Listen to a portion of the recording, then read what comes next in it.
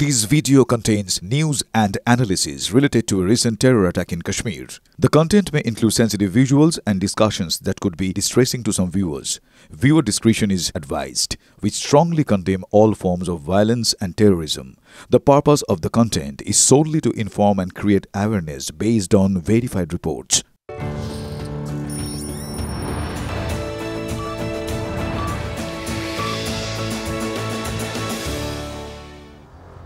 নমস্কার, টিভি9 বাংলা আপনাদের আরো একবার স্বাগত জানাই। আমি শুভজিৎ রয়েছি আপনাদের সঙ্গে। আর পাঁচটা মানেই আপনারা জানেন পাঁচ কথা অত্যন্ত গুরুত্বপূর্ণ খবরগুলো আমরা আরো ঝাড়াই বাছাই করে দেখি।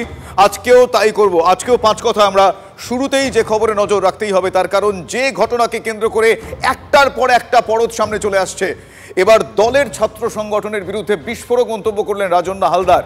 টিএমসিপির তথাকথিত দাদাদের ফোনে ছিল রাজন্নার এআই করা বিকৃত ছবি। সেই ছবি দেখানো হতো জুনিয়রদের। মনোজিতের ফোনেও ছিল সেই ছবি, এমনটাই দাবি টিএমসিপির সাসপেন্ডেড নেত্রী রাজন্না হালদারের।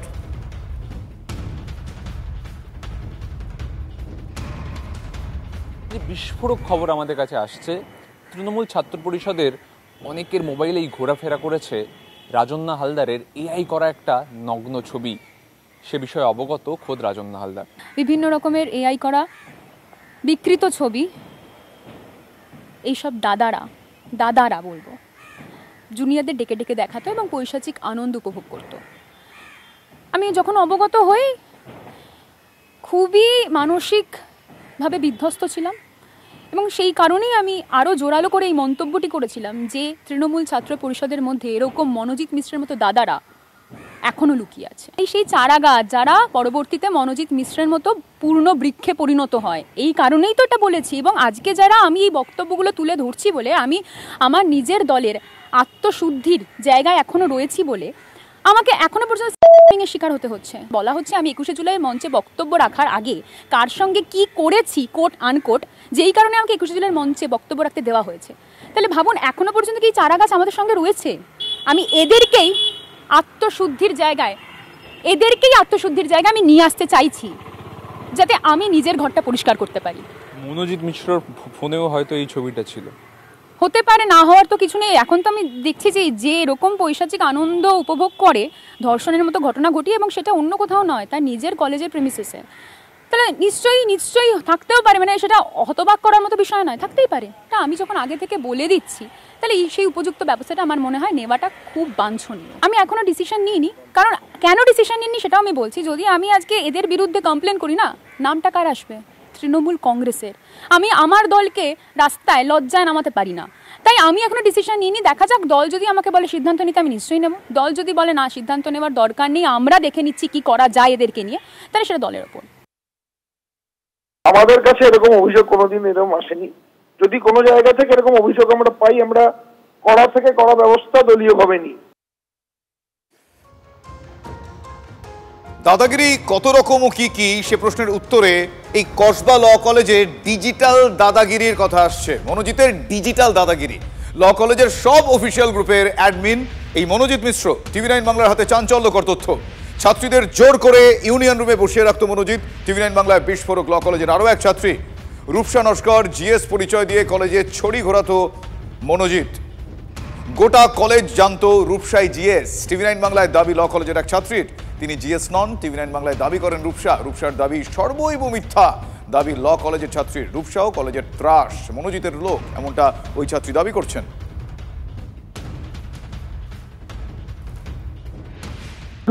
রূপসার যে বক্তব্য যে ও জিএস ও জানতোই না, এটা সম্পূর্ণ মিথ্যা।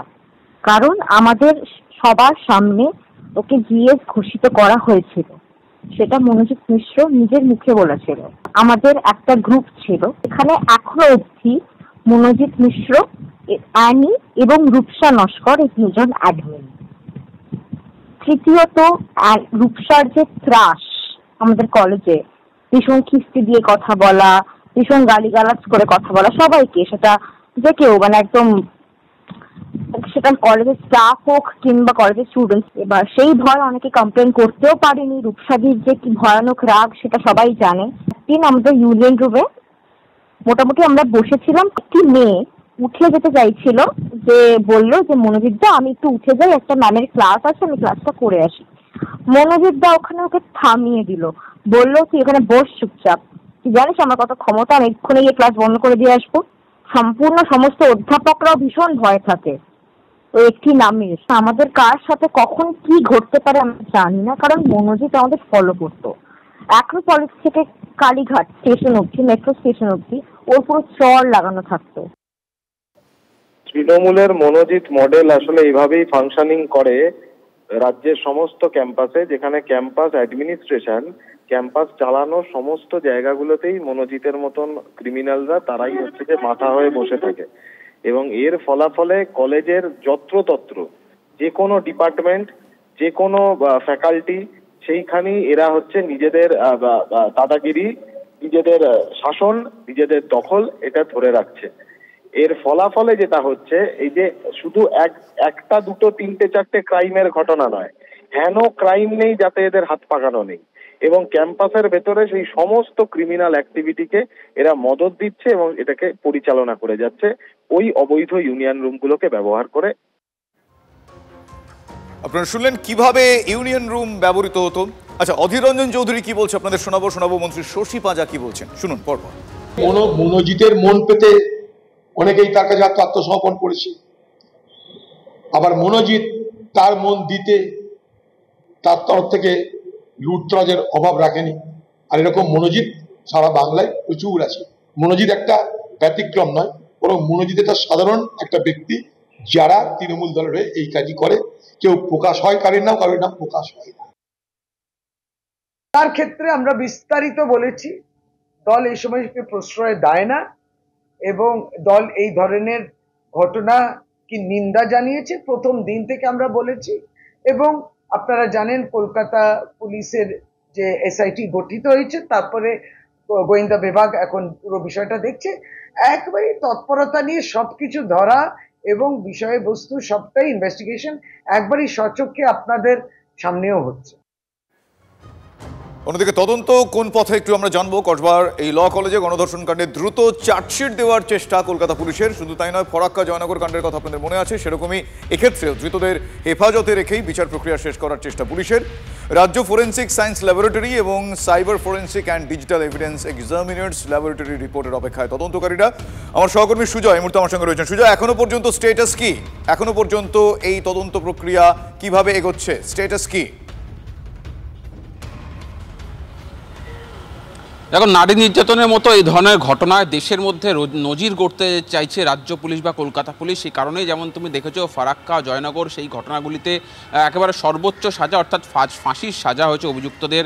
সেখানে যিনি বিশেষ সরকারের আইনজীবী ছিলেন বিভাস চট্টোপাধ্যায়, তাকে সেই আইনজীবীকেই এবার কসবার মামলাতে নিয়োগ করা হয়েছে। অর্থাৎ সেই মডেল ফলো করা হচ্ছে যাতে অভিযুক্ত সর্বোচ্চ সাজা হয়। এবং যেহেতু তদন্ত সিট করছে, গোয়েন্দা বিভাগের অধীনে রয়েছে তদন্তভার, তাই সিট এবং গোয়েন্দা বিভাগের অফিসারদেরকেও স্পষ্ট নির্দেশ দেওয়া হচ্ছে যে যত দ্রুত সম্ভব তদন্ত শেষ করে চার্জশিট জমা দিতে, এবং সেই চার্জশিট দেওয়ার সময়কালের মধ্যে যে সমস্ত ফরেন্সিকের রিপোর্ট এবং অন্যান্য ডিজিটাল এভিডেন্স সেই রিপোর্টগুলোও সংগ্রহ করে তারপর চার্জশিট দিতে বলা হয়েছে। অর্থাৎ 1 মাসের মধ্যে সেই চার্জশিট জমা দেওয়ার টার্গেট নেওয়া হয়েছে।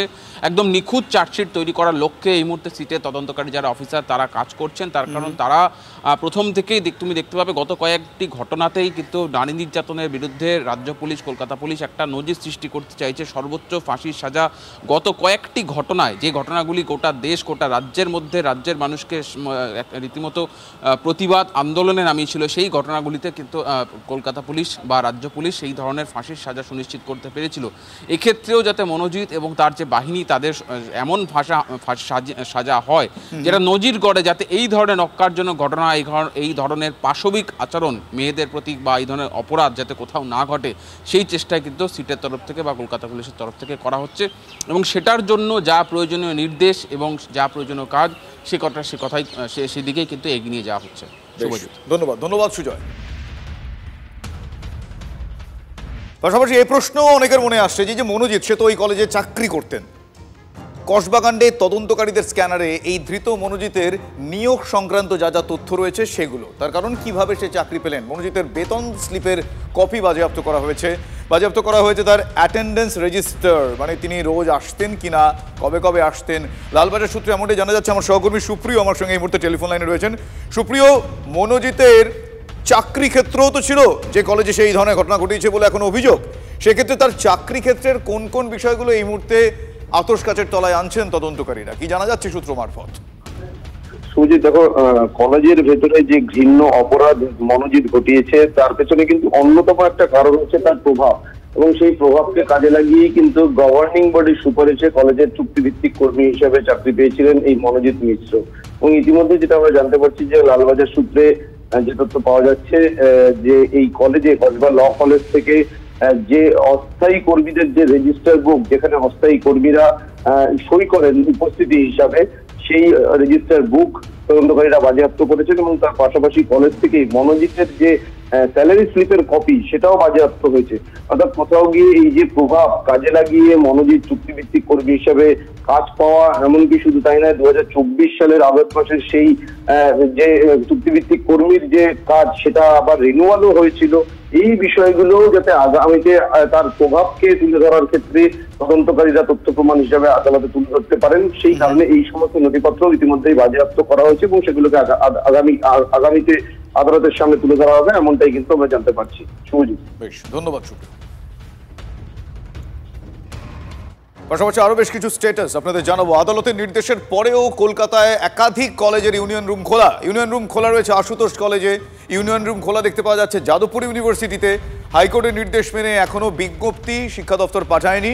শিক্ষা দপ্তরের নির্দেশিকা পেলে বন্ধ করা হবে ইউনিয়ন রুম, এমন যুক্তি খাড়া করেছে আশুতোষ কলেজ কর্তৃপক্ষ এবং যাদবপুর বিশ্ববিদ্যালয়ের ছাত্ররাও। যাদবপুর বিশ্ববিদ্যালয়ের সায়েন্স ফ্যাকাল্টি স্টুডেন্টস ইউনিয়ন, এই ইউনিয়ন যখন ইলেকশন হয়েছিল তখন দখলে ছিল ইন্ডিপেন্ডেন্টদের। সেই ইউনিয়ন রুমে কিন্তু ঝুলছে তালা। খুব বেশি সময় এই ইউনিয়ন রুম খোলা হয় না। এখন কলকাতা হাইকোর্টের নির্দেশের পর এই ইউনিয়ন রুমে কিন্তু তালা ঝুলছে। অন্যদিকে ফেডসুর ইউনিয়ন রুম অর্থাৎ ইঞ্জিনিয়ারিং বিভাগের সেই ইউনিয়ন রুমও কিন্তু খোলা রয়েছে, যেটা জানা যাচ্ছে উচ্চশিক্ষা দপ্তরের নির্দেশ আসার পর সেই ইউনিয়ন রুমও বন্ধ হবে। ক্যামেরা মাখনের সঙ্গে Suman, TV9 Bangla, Kolkata. Drama club তো তাদের যা বিবৃতি আকারে তাদের বক্তব্য ইতিমধ্যে জানিয়ে দিয়েছে। সর্বোচ্চ আদালতের যে নির্দেশিকা সেটা শিরোধার্য। কোনো বিশ্ববিদ্যালয় আইনের ঊর্ধ্বে নয়, কোনো বিশ্ববিদ্যালয় সারা পশ্চিমবাংলার থেকে বিচ্ছিন্ন দ্বীপ নয়। এবার যা নির্দেশিকা সেটা কর্তৃপক্ষ বলবৎ করুক। আর যদি সাংগঠনিকভাবে বলি, আমি ভারতের ছাত্র ফেডারেশনের কর্মী এবং ভারতের ছাত্র ফেডারেশন এসএফআই ইতিমধ্যেই বিগত বছর যখন যারা ওবি ছিল, যারা অফিস বিয়ারের ছিল আর্টস ফ্যাকাল্টি স্টুডেন্টস ইউনিয়নের, তারা যেই মুহূর্তে পাস আউট হয়ে গেছে এসএফআই ইউনিয়নের দায়িত্ব পরিত্যাগ করেছে এবং ইউনিয়নের দায়িত্ব তুলে নিয়েছে। শুনলেন আপনারা ওনারা কি বলছেন। ফলে আদালতের নির্দেশের পরেও দেখতে পাওয়া যাচ্ছে ছবি, যেখানে কলকাতায় একাধিক কলেজের ইউনিয়ন রুম খোলা রয়েছে। আশুতোষ কলেজের ইউনিয়ন রুম খোলা রয়েছে, আমার সহকর্মী সুমন যাদবপুর ইউনিভার্সিটির ইউনিয়ন রুমের ছবি দেখালেন। হাইকোর্টের নির্দেশ মেনে এখনো বিজ্ঞপ্তি শিক্ষা দপ্তর যেহেতু পাঠায়নি, মানে তারা পাননি, শিক্ষা দপ্তরের নির্দেশিকা পাননি বলে তারা খোলা রেখেছেন। যদি নির্দেশিকা পেয়ে যান তখন বন্ধ করা হবে ইউনিয়ন রুম, এমনটাই যুক্তি আশুতোষ কলেজ কর্তৃপক্ষ এবং যাদবপুর বিশ্ববিদ্যালয়ের ছাত্ররাও তাই বলছেন। কলকাতা হাইকোর্টের নির্দেশের পর যোগেশচন্দ্র চৌধুরী কলেজ, বিতর্কিত সেই কলেজের ইউনিয়ন রুমে তালা লাগানো হয়েছে। যোগেশচন্দ্র চৌধুরী কলেজের ইউনিয়ন রুম, যে স্টুডেন্টস ইউনিয়ন রুম দীর্ঘদিন ধরে তৃণমূল ছাত্র পরিষদের দখলে, কোনো নির্বাচন ছাড়াই সেই ইউনিয়ন রুমে তালা ঝুলিয়েছে কর্তৃপক্ষ। কলকাতা হাইকোর্টের নির্দেশ মতো কলকাতা বিশ্ববিদ্যালয়ের রেজিস্ট্রারের অনুমতি ছাড়া এই তালা খোলা যাবে না। স্বাভাবিকভাবেই প্রশ্ন উঠতে শুরু করেছে, কেন এতদিন ধরে এই তালা খোলা ছিল? তার কারণ নির্বাচিত কোনো ছাত্র সংসদ নেই যোগেশচন্দ্র চৌধুরী কলেজ, এবং সেখান থেকেই কলকাতা হাইকোর্টের নির্দেশের পর সঙ্গে সঙ্গে তালা ঝোলানো হয়েছে কর্তৃপক্ষের তরফে। ক্যামেরায় মাখনের সঙ্গে সুমন, TV9 বাংলা, কলকাতা। ইউনিয়ন রুমগুলো এই মুহূর্তে খোলা থাকার যেভাবে কথা না, কিন্তু খুলে রাখা হয়েছে এবং যেভাবে তার ব্যবহার হচ্ছে, এটা পার্টি অফিস হয়ে গেছে। এবং প্রত্যেকটি ইউনিয়ন রুম, আগেকার হিন্দি সিনেমায় আমরা দেখতাম না, গব্বর সিংয়ের মতো ক্যারেক্টার থাকতো, আর তারা কালী পাহাড়িতে থাকতো, সেখানে মানুষকে নিয়ে গিয়ে মারতো পিটতো। তো সেরকম ইউনিয়ন রুমগুলো তৃণমূলের আমলে তৃণমূল গব্বর সিংয়ে পরিণত হয়েছে, আর ওই প্রত্যেকটি ইউনিয়ন রুম কালী পাহাড়িতে পরিণত হয়েছে। শিক্ষা দপ্তরের পক্ষ থেকে ওরা গাইডলাইনটা চেয়েছে এর পরিপ্রেক্ষিতে, এবং তারপরে তারা সেভাবে ব্যবস্থাটা নেবেন। এটাও দেখেছি কয়েকজনকে বলতে, আবার কয়েকটি জায়গাও আমি দেখেছি স্বতঃস্ফূর্তভাবে তারা আর কোনো কিছু অপেক্ষা না করেও ইউনিয়ন ঘরটা বন্ধ করে দিয়ে। তবে এত কিছুর মধ্যেও তৃণমূলের দাদাগিরির ছবিটা কিন্তু থামছে না। স্কুলে ঢুকে এবার তৃণমূল কাউন্সিলর দাদাগিরি করছেন। ভরা স্কুলের মাঝে ভারপ্রাপ্ত প্রধান শিক্ষিকাকে হেনস্থা করছেন বলে অভিযোগ। রানাঘাটের লালগোপাল উচ্চ বালিকা বিদ্যালয়ের ঘটনা এটি। রানাঘাট থানা অভিযুক্ত কাউন্সিলরের বিরুদ্ধে লিখিত অভিযোগ দায়ের প্রধান শিক্ষিকা শতাব্দী সরকারের। নিয়ম মেনেই মিড ডে মিলের উদ্বৃত্ত খাবার কুকুরকে খেতে দেন শিক্ষিকা।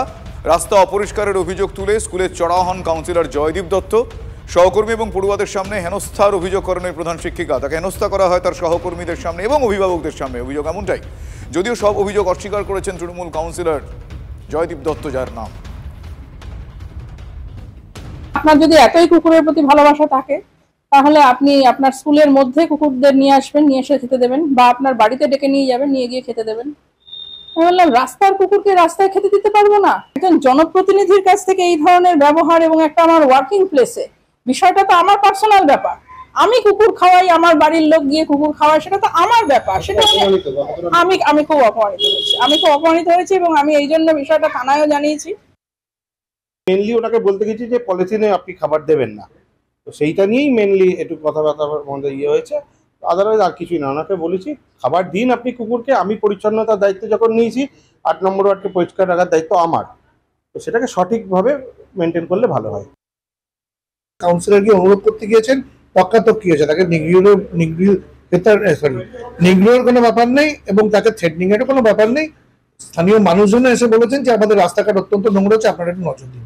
সেটা কাউন্সিলরের আমি বলেছি, ম্যাডামকে আমি অনুরোধ করেছি। আমি বলেছি আপনি খাবার দিন, কুকুরকে খাবার দিন, কিন্তু পরিষ্কার পরিচ্ছন্নভাবে নজর রাখতে হবে। ভোট পরবর্তী হিংসায় সিবিআই এর করা মামলায় প্রথম সাজা ঘোষণা হলো। মালদায় অভিযুক্ত তৃণমূল নেতার যাবজ্জীবন কারাদণ্ডের সাজা ঘোষণা হয়েছে। রায় ঘোষণা অতিরিক্ত দায়রা আদালতের।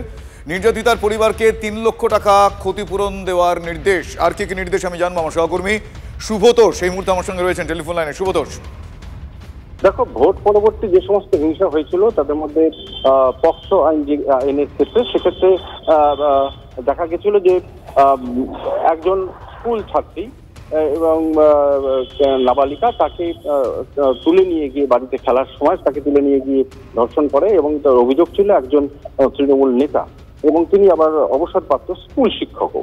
এবং তারপর সেই হয়, এবং এছাড়াও যে সিবিআই প্রায় 55টি কেস ছিল এই ধরনের, এবং তাতে প্রথম কিন্তু এখানে সাজা ঘোষণা হলো। গোটা রাজ্যের ক্ষেত্রে এই প্রথম কোনো সিবিআই এর মামলা এই ধরনের যেখানে সাজা ঘোষণা করা হলো, এবং তাতে দেখা যাচ্ছে মানে যেটা রায় দেওয়া হয়েছে যে তাকে তো যাবজ্জীবন কারাদণ্ডের রায় ঘোষণা করা হয়েছে, এবং অতিরিক্ত দায়রা আদালতের দ্বিতীয় বিচারক ছিলেন রাজীব সাহা, সেখানে 50,000 টাকা জরিমানাও করা হয়েছে। একই সঙ্গে নির্যাতিতা পরিবারকে 3 লক্ষ টাকা ক্ষতিপূরণ দেওয়ার নির্দেশ দেওয়া হয়েছে। এটা মূলত হচ্ছে 2021 সালের ঘটনা। 5ই জুন এই ঘটনা ঘটে 2021 সালে, এবং তখন সদ্য বিধানসভা পরেই এই ধরনের বিভিন্ন ধরনের অশান্তিগুলো হচ্ছিল। তার মধ্যে এটা আরো একটা উল্লেখযোগ্য বিষয় যে মানে এই নাবালিকা, সে কিন্তু তার পরিবার বিজেপির কর্মী এবং সমর্থক, এবং সে কারণে সেখানে উল্লেখ করা হয়েছিল